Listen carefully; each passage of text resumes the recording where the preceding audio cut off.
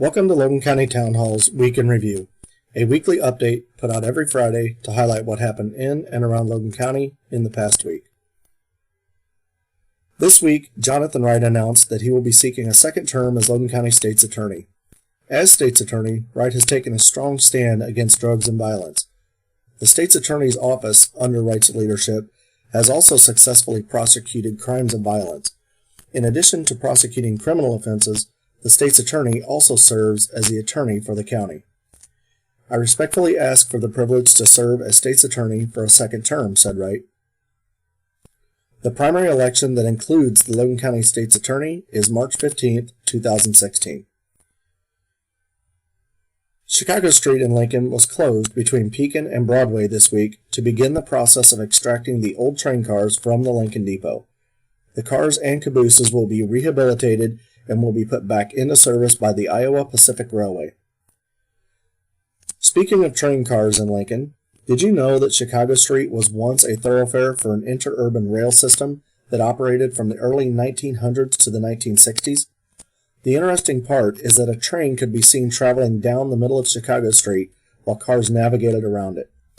In the inset of this photo provided by ExploreLoganCounty.com, you can see a good example of the sight one could see as the Interurban passed through. If you are interested in more information about the Interurban rail system through Lincoln, visit the Finding Lincoln, Illinois webpage shown on the screen. In City of Lincoln government news, Ward 4 Alderman Jeff Hoinacki was appointed Mayor Pro Tem. Hoinacki is retired from the Department of Corrections and has served as Alderman since 2007. Our congratulations go out to Alderman Hoinacki. If you park in a fire lane within the City of Lincoln, you may soon receive a ticket. The City Council approved the creation of a new city ordinance to create City Code 9-5-22. This new code allows businesses and other private property owners to enter into an agreement with the city to enforce the appropriate use of fire lanes. Our advice is to park in spots designated for vehicles and keep the fire lanes open for emergency vehicles. The Lincoln City Council also approved a highway authority agreement between the city and Illico Incorporated for potential environmental contamination at 725 Broadway Street. Illico was concerned that a storage tank may have leaked material into the city's right-of-way. The agreement stipulates that if the storage tank did leak into the city's right-of-way, the cleanup would be taken care of at the company's expense.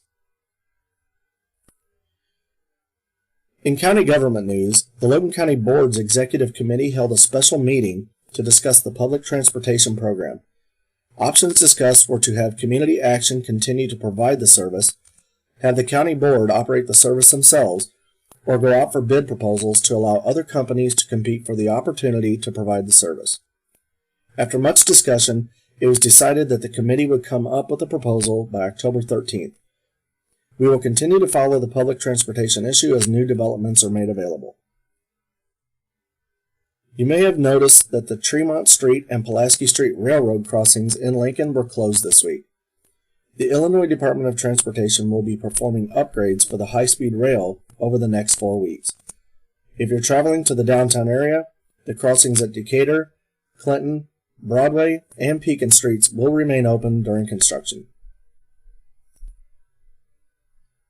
This week, the city of Mount Pulaski's water tower got a fresh coat of paint with the name of the city stenciled on it.